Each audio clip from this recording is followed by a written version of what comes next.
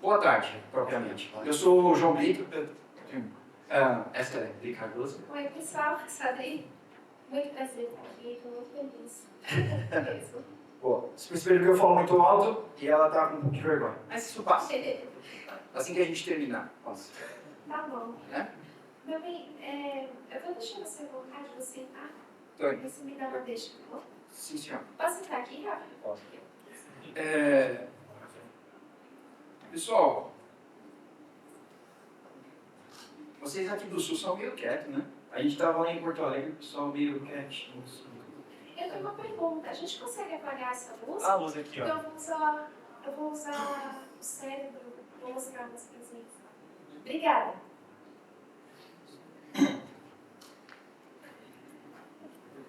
Bom, vamos lá, vamos ver.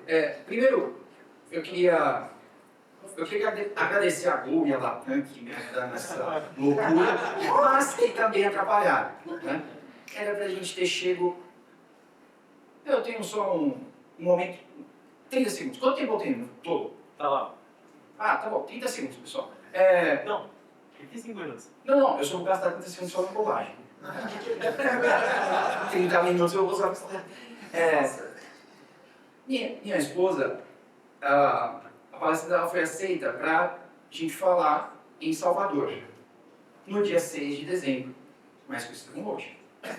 E a minha foi aceita para a gente falar aqui em Floripa, dia 6 de dezembro, mais conhecido como hoje. Eu falei, bom, a gente vai ter que abrir mão de uma das coisas, né? Vamos escolher. E aí ela me disse, não, dá pra gente fazer as duas no mesmo dia. Eu pensei, considerar. Peraí, a gente não é o Whindersson que tem o próprio chat, né? Bom, mas estamos aqui, tá bom? Obrigado pela paciência. E aí eu queria... bom, se falei de alguma coisa, tá bom? Eu prometo que durante essa semana, agora que eu estou desempregado, tá tudo muito fácil. Então, durante essa semana, eu vou gravar a minha palestrinha de segurança, tá bom? E aí eu mando pro... Oi? Tá gravada. Tá? Onde eu gravei? De Porto Alegre? Isso ali, foi a mesma. Agora eu só preciso editar. Eu ia dizer, nossa pessoal, me matei gravando e editando. Ó, segunda-feira. Porra, segunda-feira, calma aí, pessoal, vamos com calma nisso, tá bom? Durante essa semana, tá bom? Eu mando pro Rafa, pro pessoal aqui da organização, e aí eu compartilho com vocês esse conteúdo, que eu acho que vale a pena, tá? Conteúdo técnico. Mas, conteúdo técnico não é nada comparado ao que nós queremos conversar aqui um minuto com vocês. Eu não costumo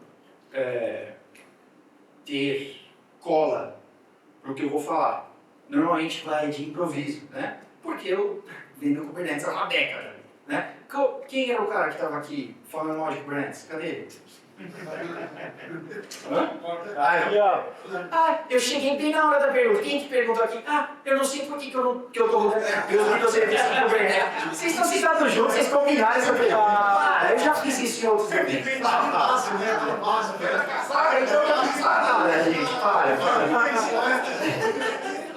Por que você está rodando o Kubernetes? Porque eu certo.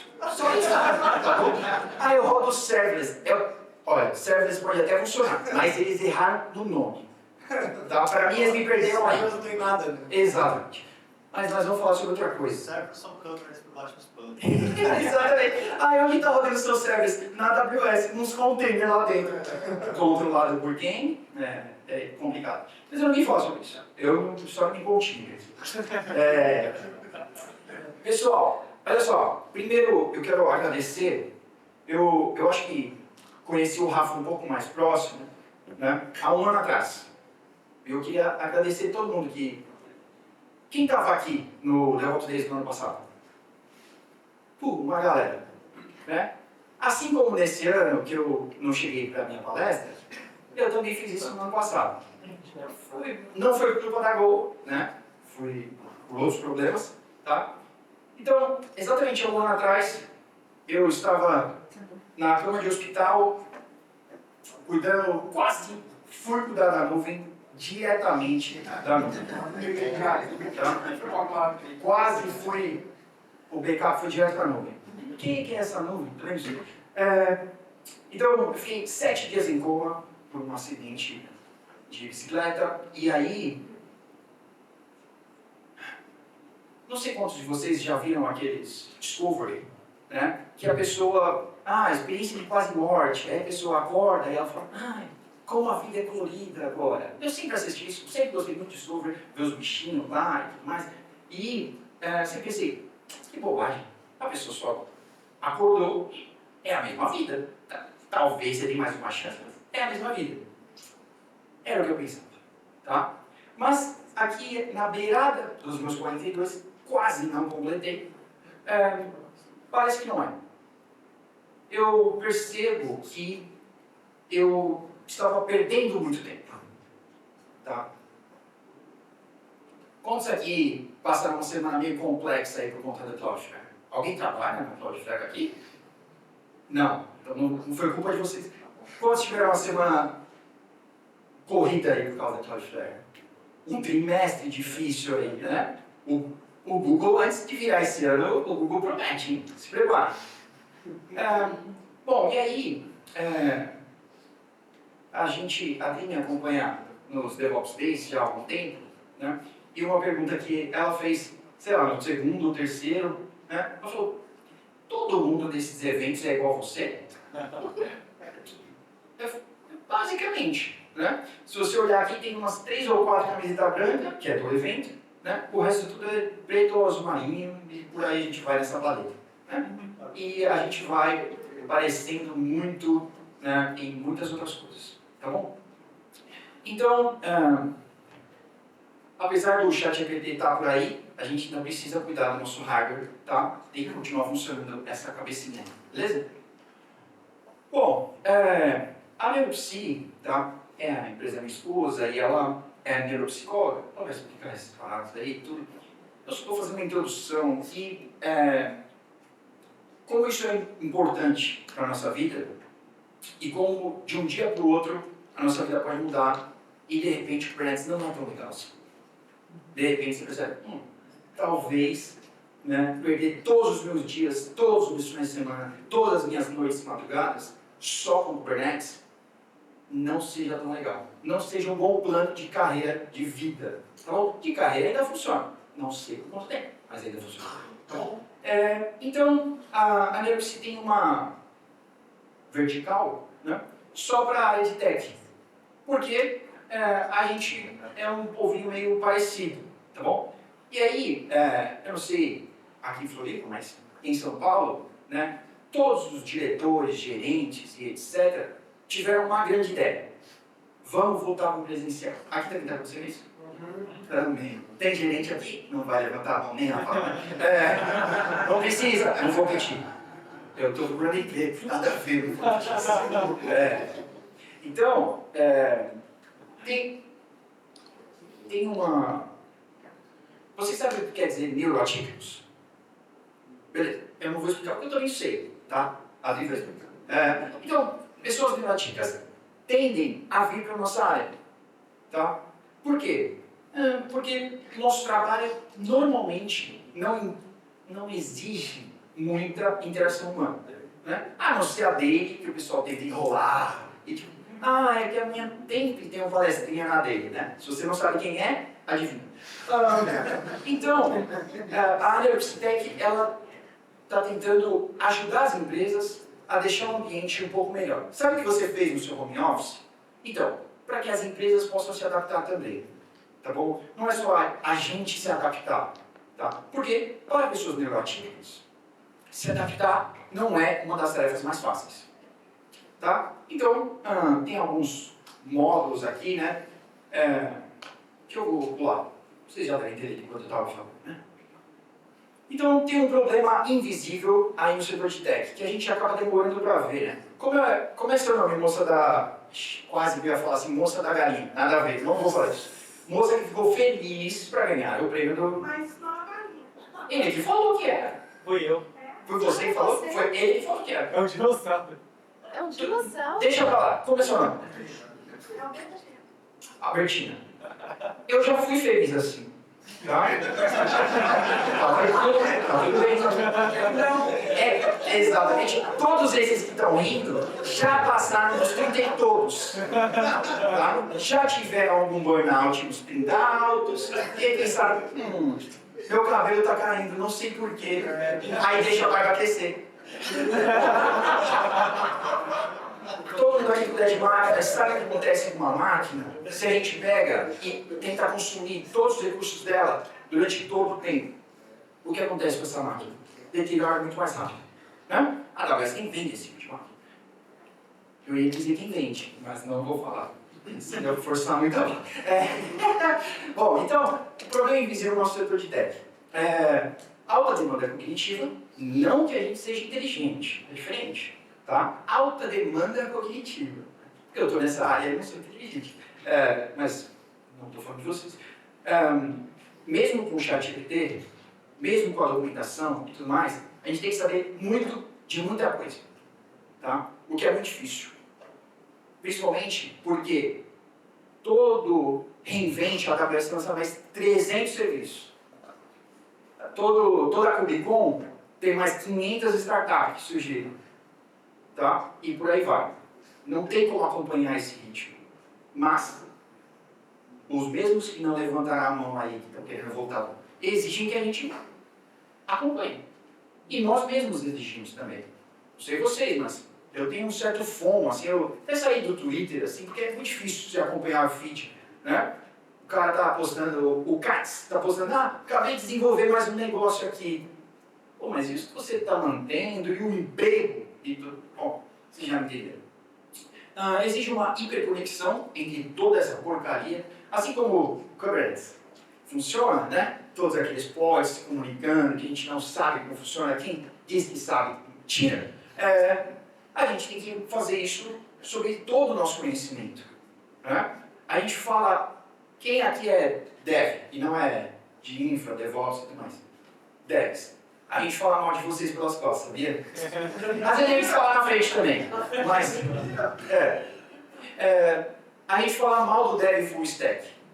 Mas o DevOps é exatamente a mesma porcaria. O cara tem que entender. Por que é tão difícil ter um DevOps Júnior?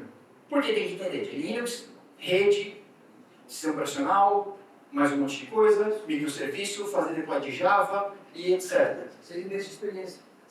Isso, 6 meses de experiência num curso de 3 que te forma em 2 com o final de semana livre. Então, isso é muito complexo. Tá? E aí a gente tem uma fadiga e um excesso de estímulos. Quem aqui trabalha com uma única tela? E vocês? Deixem se levantar a mão. Quantos estão esperando chegar a segunda? Ou não aproveitaram a Black Friday?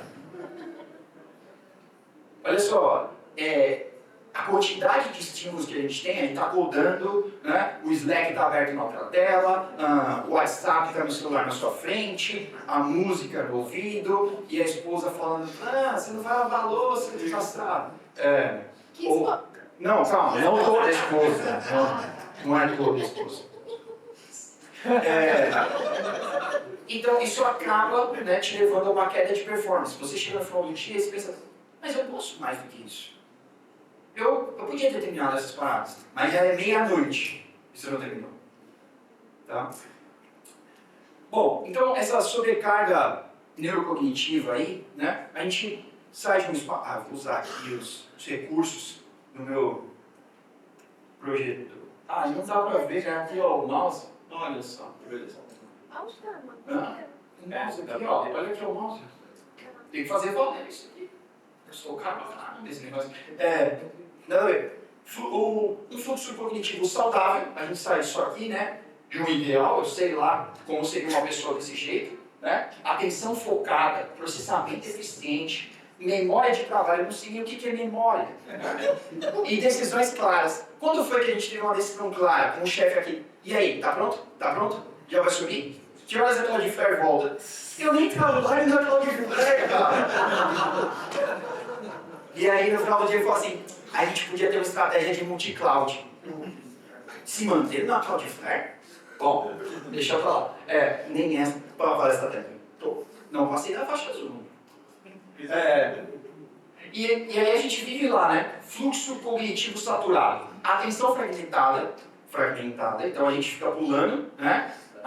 Uma linha de Terraform, uma no Slack, 3 no Reddit, né? E 12 no chat GPT. Multitarefa, que é uma habilidade unicamente exclusiva de mulheres, tá bom? Só elas conseguem fazer isso. A gente, no máximo, num dia inspirado, monotask. Num dia bom. Cortisol elevado, que isso pra mente é terrível, pra aquela barriguinha que você apoia a mão pra dar aqui, ó, tecladinha, e por aí vai. Decisão prejudicada, né? E aí você fala, pô, essa da peça tá muito cara, vamos pro digital hoje. Não tá funcionando, não. Vou tomar. Nada, não tá, né? Beleza. E memória de trabalho reduzida, né? O que será? Quando você comitou, você e Deus sabia. Depois do commit, nem Deus, né? Bom, então, pessoal, pintei um cenário aqui para vocês, tá bom? Mais ou menos o que eu vivo. Por favor, vocês. Tá bem. Vamos trocar. Troco. Beleza. Gente, é o seguinte, eu tenho fotofobia. E o lance é que eu sinto dor nos olhos, mesmo de óculos. E aí eu queria saber se a gente consegue rapidinho fazer um exercício aqui de apagar a Não luz. pode passar da faixa azul. Tá bem, querido. Obrigada. Apagar a luz. Porque essa luz tá... Você consegue? Eu sei que tá gravando, né? Muito obrigada. A gente já tá fazendo na prática aqui uma acomodação, que é necessário mesmo. Eu não sei onde aparece. Olha, melhorou um pouquinho. Talvez seja logo contrário. Eu posso ficar daqui, ó? Vocês me veem? Melhorou muito. Valeu, pessoal. Muito. Obrigada mesmo. Seguinte, eu sou neuropsi, sou a menina do João também. Sou neurocientista, neuropsicóloga clínica hospitalar e do esporte, tá? E quando o João falou sobre o fato de eu observar, com tantos DevOps que eu tenho na bagagem, mais de 10 DevOps que eu fui acompanhando, eu quis dizer a questão social, a metodologia, a roteirização que vocês têm, assim, o comportamento são muito parecidos. Então, desde esse momento, eu tenho centrado a pesquisa em profissionais de tecnologia e a gente tem descoberto que pessoas neurotípicas são muito propensas a estarem dentro do ecossistema de tecnologia. Tá? Isso é muito importante para a gente apontar a questão científica, que eu vou dar bastante contextualização aqui.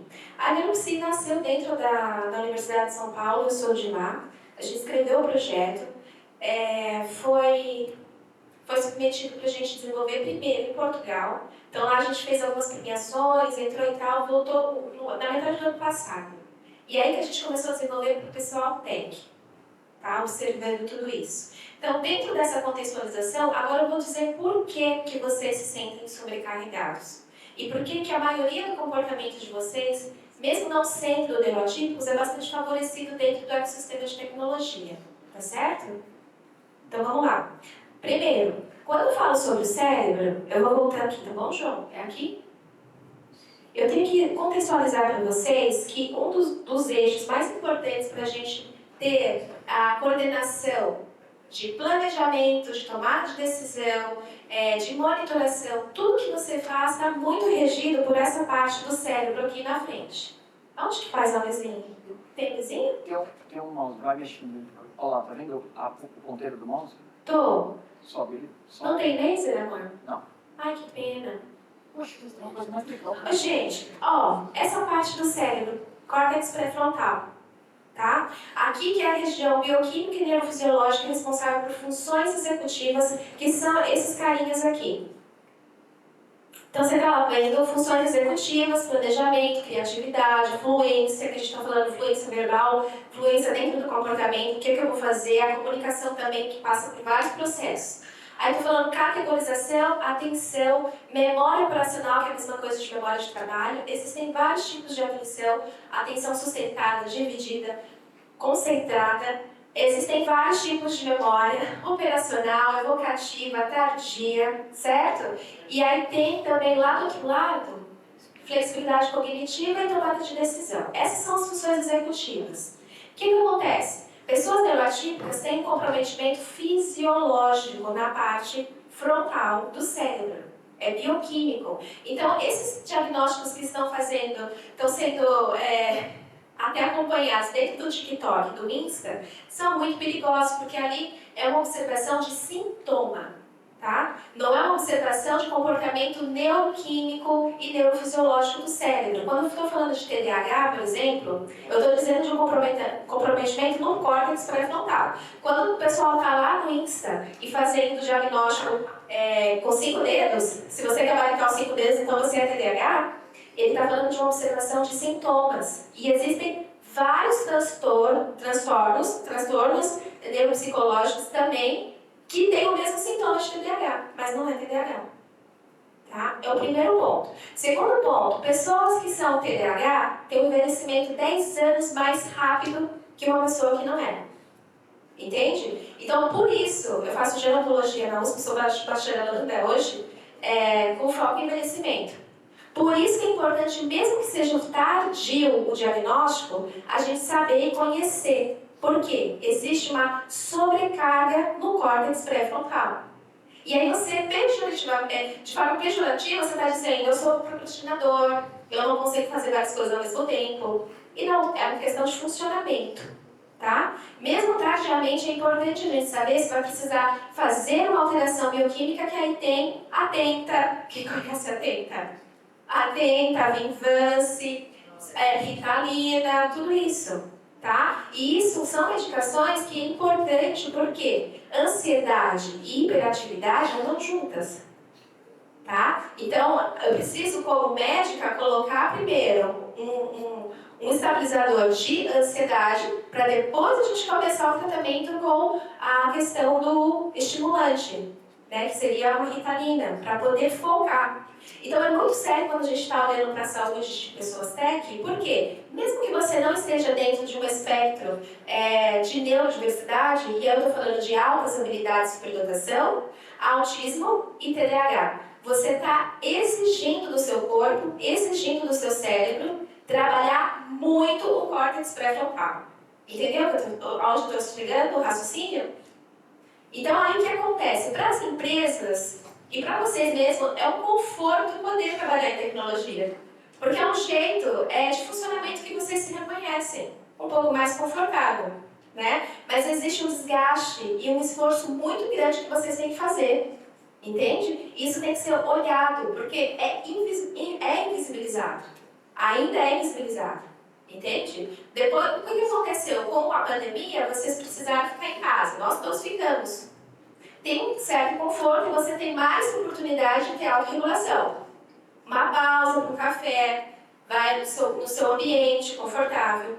Voltando para as empresas, a gente está mexendo com as empresas em oferecer para essas pessoas que estão voltando, principalmente de tecnologia, do sistema de tecnologia, ambientes mais adaptados nesse sentido, com menos estímulo, de forma sensorial. Então é isso que a Neuropsi está fazendo, tá? Para ajudar na questão de adaptação, de acomodação, tirar os estímulos, ser um ambiente mais de forma pensada, planejada. Por isso que a gente está envolvendo uma professora de arquitetura, isso é realmente uma questão de arquitetura dos espaços, para pensar sobre neuroarquitetura nos ambientes corporativos.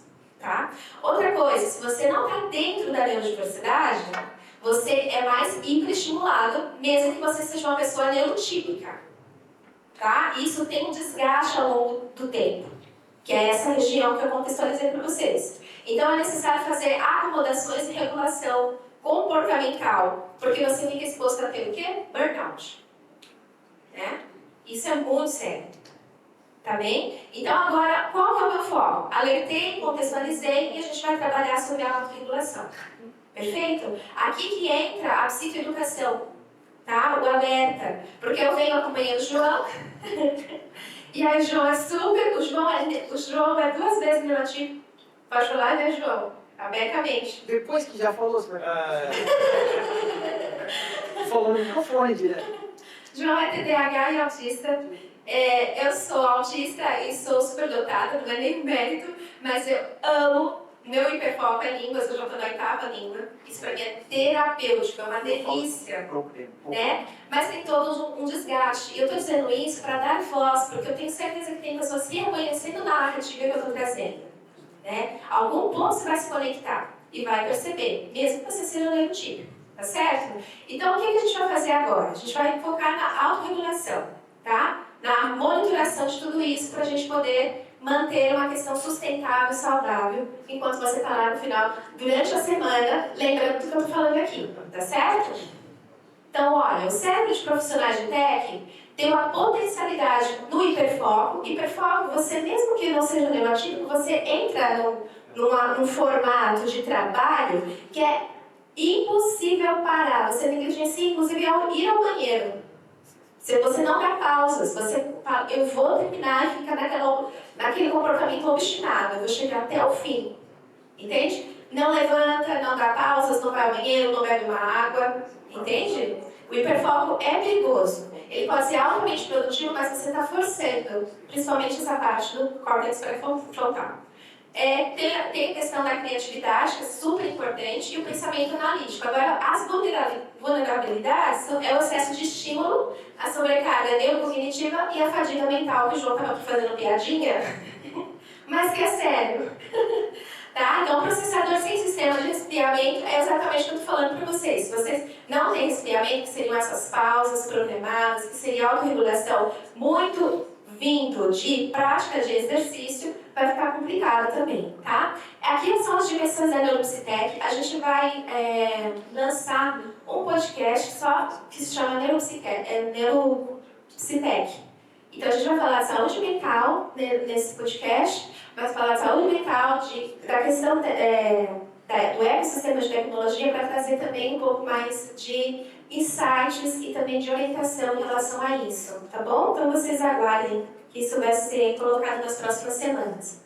Falando um pouco sobre a autorregulação, aqui a gente está com uma iniciativa do MoveOps, que inclusive é um convite. Eu gostaria muito de saber quem toparia a gente fazer uma caminhada amanhã, perto da orla, e aí o ponto de encontro ser... Ah, que legal! Já vi uma mão levantada. Quem gostaria, gente, para a gente manter esse contato? Tem poucas pessoas, não tem problema. A gente está tentando movimentar aqui uma cultura de manter esse contato dos DevOps Days, porque João, vocês sabem que ele faz cobertura na Cubicon, isso já é feito lá fora, não é nada inovador aqui da NeuroPsi. Já se fazem isso lá na Cubicon, os caras se encontram 6, 7 horas da manhã para fazer caminhada, corrida e vai para o evento. É uma semana inteira de evento, muito intensa, muita informação, então tem que inserir atividades de autorregulação, sim, para poder aguentar e também absorver de uma forma mais com qualidade, tá? Então a nossa iniciativa é se encontrar amanhã, às 8 horas, para fazer a caminhada. Eu esqueci o nome do lugar. Tem um endereço, tem o QR Code. Tá, no QR Code vocês vão encontrar uma inscrição. A inscrição é importante para fazer um mapeamento, tá? É uma inscrição de saúde, que a gente deixou opcional, inclusive, para a pessoa receber a minha análise em relação aos dados. Isso é confidencial, está protegido pelo Conselho Regional de Psicologia e de Medicina. A gente não utiliza para conversar com vocês, a menos que você fale. Eu queria um retorno da minha análise do perfil que você percebeu com as minhas respostas. E eu posso fazer encaminhamento sobre isso, tá? Pois não. Vamos no bar do Cochicho. Ah, é o bar do Cochicho. A gente vai se encontrar no bar do Cochicho. Então eu vou ficar muito feliz se vocês puderem fazer a inscrição. Cadê a inscrição, João? Onde eu vou voltar? Eu estou apertando bastante de voltar. Embaixo. Ah, tá. Esse é o QR Code de inscrição, tá? É importante você fazer a inscrição, porque dá um mapeamento de um evento de saúde também. Então, previamente, a gente tem que ter esse mapeamento sobre a condição de saúde, se acontece alguma intercorrência, a gente sabe o que fazer, tá bom? Próximo. Então, estou falando de práticas de cuidado, pausas cognitivas intencionais, redução de estímulos sensoriais, técnicas de respiração gradual. A gente tem uma técnica chamada de relaxamento progressivo de Jacobson. Eu vou ensinar vocês a fazerem hoje, daqui a pouquinho, tá bom? E aí eu estou terminando. Entre o cérebro e o código, o bem-estar é o elo que mantém tudo funcionando, tá? Eu vou ficar muito feliz como eu sou neurotípica, a gente está fazendo esforço de ir para lá e para cá. Tem um preço muito grande daqui. O que acontece? A gente acaba defasando um pouquinho a nossa saúde, né? Fica com o sistema imunológico um pouquinho mais vulnerável. Então eu vou ficar muito feliz se isso acontecer, tomara que não, que eu vou pensar que valeu a pena de ter ajudado aqui, contribuído com alguma coisa com vocês, tá bom?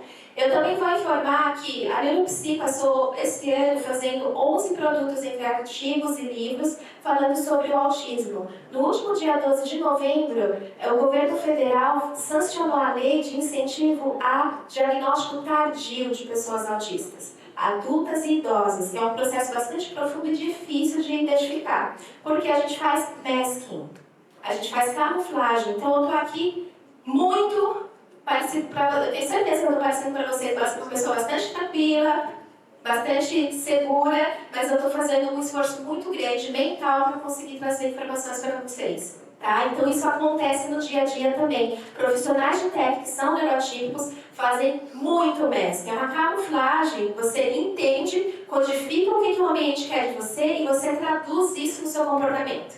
Você começa a se comportar de acordo com aquilo que você acredita que é a expectativa do ambiente. Então isso é muito esforço. Só de explicar para vocês, vocês foram indo e percebem como isso é intenso, tá? Isso acontece o tempo todo com pessoas neurotípicas. Então aqui eu estou compartilhando com vocês um livro que é distribuído gratuitamente falando de políticas públicas na infância, adolescência, vida adulta e idosa. E a gente pesquisou 9 países. Existe uma aliança internacional sobre autismo e envelhecimento que a gente está fazendo com 9 países. O pessoal do Chile está escrevendo esse livro em conjunto, porque a gente está indo a cada país que a gente foi pesquisando. E todos os volumes da série vai ser distribuído gratuitamente. Isso é uma informação, talvez vocês conheçam no dia a dia, alguém que vai se beneficiar. Aqui a equipe da Neuropsi tem o André Freitas, que é TDAH, psicólogo, contador, altas habilidades e filósofo. Todos nós estudamos muito, João que fala que ele não. Mas está aqui na área de TI, né?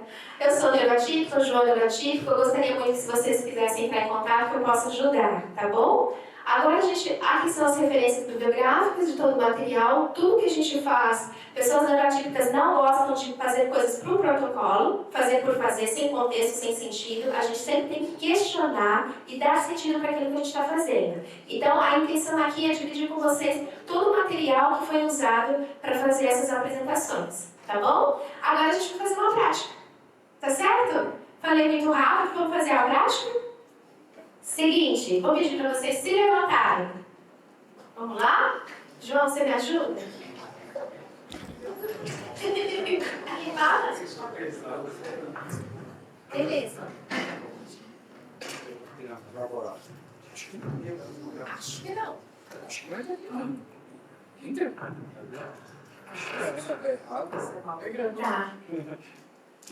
Tá bem, eu vou tomar cuidado. Seguinte, a gente vai começar uma prática de alongamento, que é a ideia de vocês ficar de forma planejada e decidida aplicarem no dia a dia de vocês, tá? Durante a semana.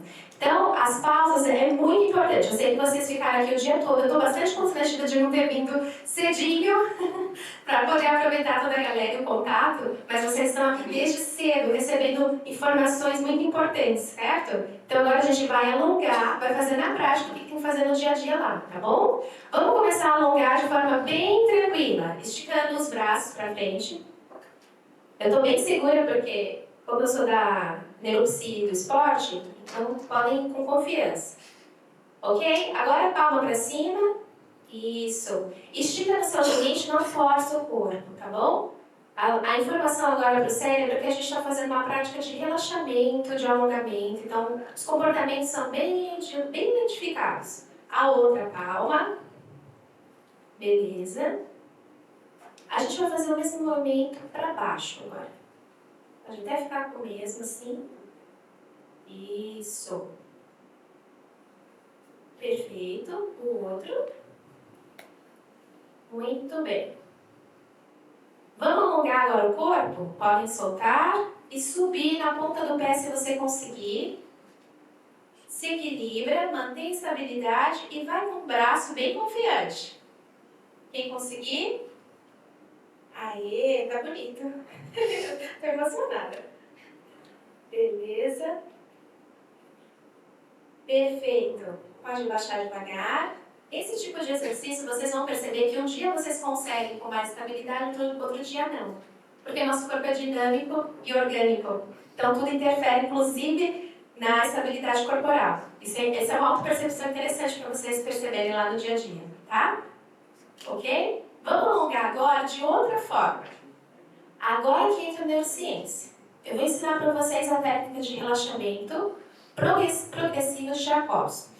Para contextualizar, existe um nervo que se chama nervo vago, porque ele faz uma ligação com o cérebro e vários órgãos do corpo.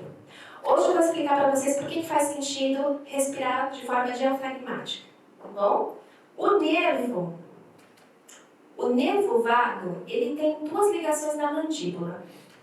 Então, nesse momento, para o pessoal de TEC, que é bastante tímido, e em alguns momentos pode ter dificuldade de interação, eu faço um relaxamento progressivo que é tensionar e soltar.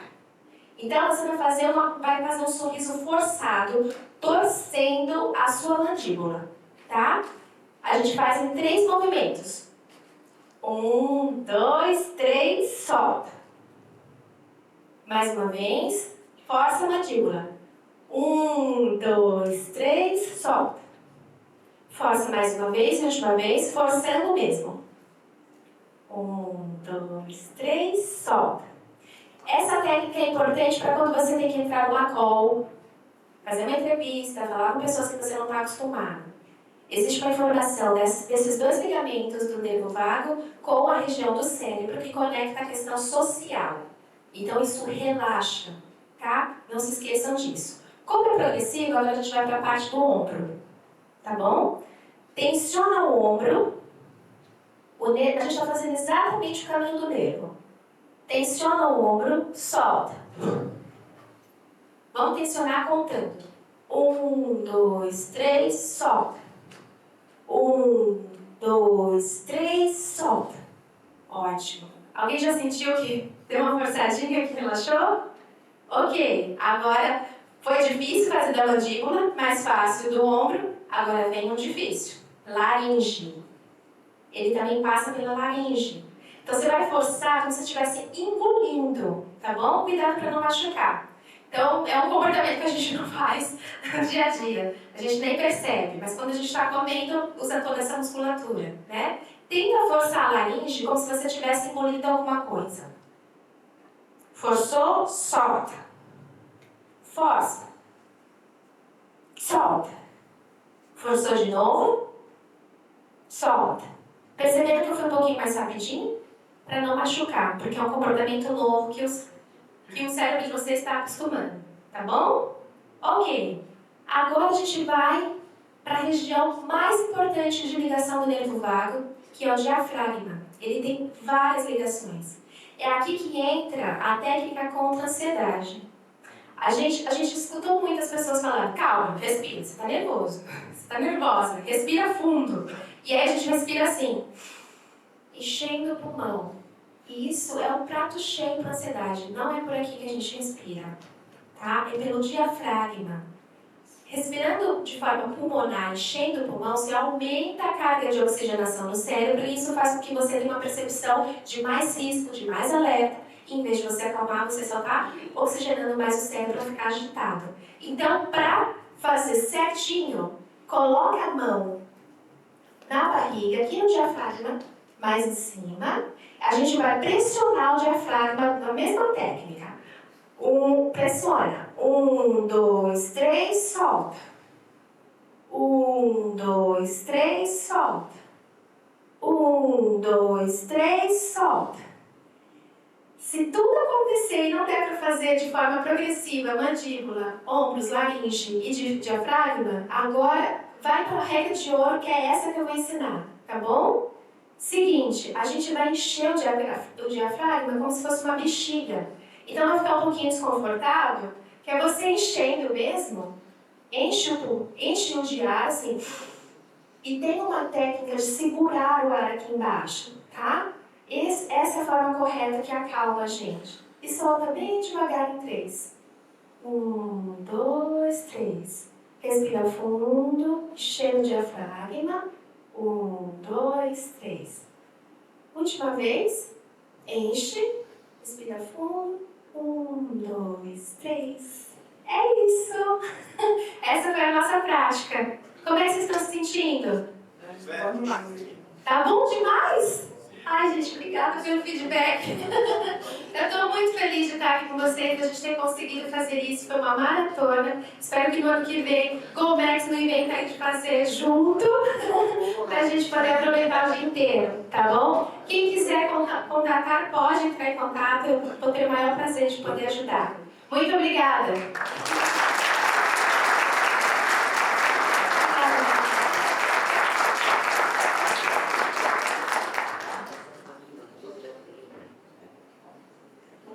Boa, obrigado.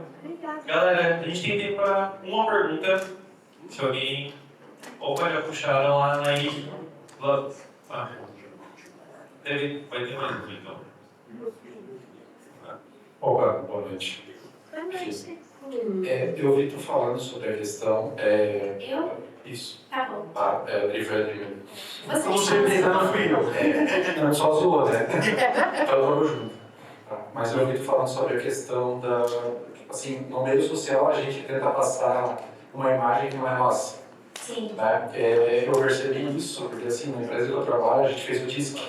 Certo. Né? E o DISC realmente ele mostrou essas nuances, assim, no seu âmbito pessoal você é muito mais, sei lá, dominante, né, ou influente, e quando você está no meio social, às vezes você deixa de ser influente para tentar agradar, sei lá, um grupo, alguma coisa nesse sentido. Sim. Né?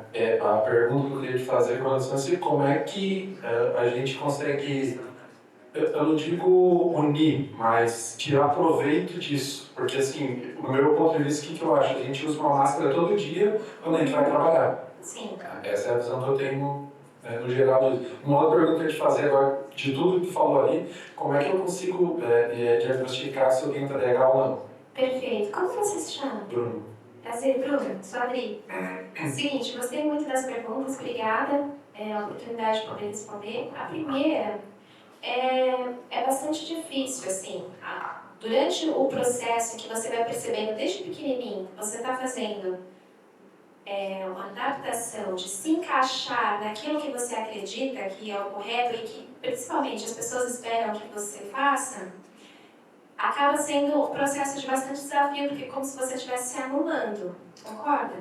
Você vai se anulando e vai tentando se adaptar. Então, nesse processo, você atingindo a maturidade, é importante o autoconhecimento, que vem muito, de um processo com psicoterapia, mas com práticas essenciais em casa.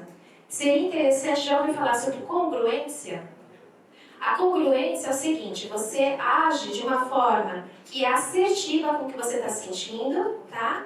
Mas também muito alinhada com aquilo que você vai transmitir para a pessoa. Então é muito importante, numa técnica assertiva e você ser congruente, é tentar se colocar no lugar do outro, que para pessoas neurotípicas já é um desafio. Que empatia eu vou ter com essa pessoa? Né? Então você pode tentar imaginar se certificando. Tá? Então uma prática muito interessante é você não se anular elaborando hipóteses. Olha, você está me trazendo isso, é isso que eu entendi? E aí você vai modulando a sua comunicação. Se for ativo, tá? Se você tiver de intervir, tiver que perguntar. Se for passivo, é interessante você aumentar a autopercepção. Então, é como se fosse um laboratório. Está acontecendo isso com a pessoa, eu não gostei, eu não achei legal, o que eu faria? Entende? Sem se anular. Então é um exercício bastante cognitivo também para você alinhar a sua identidade respeitada no espaço. Né? Porque muitas vezes se a gente for do jeito que a gente é em casa, talvez a gente pareça que não vai ser aceito socialmente, fora. Então a gente fica o tempo todo muito desconfortável tentando alinhar. Então, não, na verdade, seria interessante você buscar ser congruente, colocar seu ponto de vista num formato que fosse seguro. E muitas vezes é seguro quando você dá resposta para outra pessoa. Você tira a dúvida antes de se expor, né? Se for ativo. Se não for ativo, você passa um esforço cognitivo de ir fazendo como um laboratório. O que eu faria nessa situação? Como eu conseguiria ser honesto com o que eu estou sentindo, entende? Mas também bastante respeitoso. Então, é uma comunicação que vai atingir um nível de maturidade muito denso, que é o treino. Então, a resposta objetiva para a tua pergunta é: a gente precisa treinar em sermos nós mesmos, tá? De forma segura, que você vai tateando até o momento que você fala: puxa, agora sou eu mesma. Aqui mesmo eu consegui ser eu mesma. Eu sentei no chão, eu pedi para mudar a luz, né? Porque se não tiver isso, eu não consigo ter qualidade, eu não vou render. Então, é muito responsável, inclusive, você se comunicar, tá? Você fazer desse exemplo que eu estava falando, que aconteceu comigo, porque senão eu vou ficar exposta. Vou passar vergonha, vou começar a tremer, entende? Eu te respondi a primeira? Beleza. Em relação à segunda, é muito sério fazer um processo de diagnóstico. Tem que ser uma avaliação neuropsicológica bastante pautada em evidência científica, tá? Então tem que tomar um cuidado em relação a quem você vai buscar. Geralmente é meus psicólogos. Sim, a gente faz uma hipótese diagnóstica, encaminha para o médico e ele, aqui no Brasil, é dessa forma. Fora, o neuropsicólogo fecha a hipótese. Aqui tem que ser dessa forma. Os testes têm que ser fidedignos e legítimos, então tem teste que não pode ser aplicado de forma online, tem que ser presencialmente. Isso aconteceu, a moça entrou em contato comigo quarta-feira e a minha mochila está uma coleção de pedra, porque eu levei o teste. Ela falou: eu te mostrei na internet, queria saber se você faz. Eu falei: faço. Tem 4 testes que precisam ser presencial e a gente pode aproveitar, porque daqui 2 dias eu tenho para ir. Ontem à tarde eu estava fazendo, tá bom? Então, um bom laudo tem mais de 30 páginas.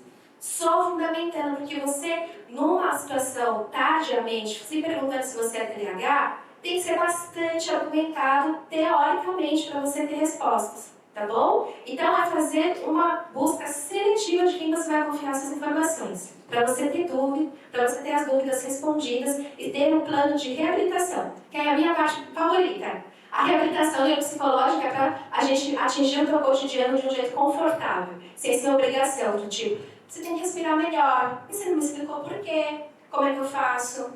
Isso é muito chato. Tá bom? Respondi? Beleza, obrigada. Ou você pode só acessar neuropsi.eu. Eu ia perguntar assim, como assim todo momento também, mas eu acabei esquecendo. Podia assim a todo momento. Mais uma pergunta? Tudo bem? Encerrou? Gente, muito obrigada. A gente pode continuar a conversa, me inscrevam, que eu tenho o maior prazer em responder, de verdade. Eu estou amando o pessoal de deck. Estou amando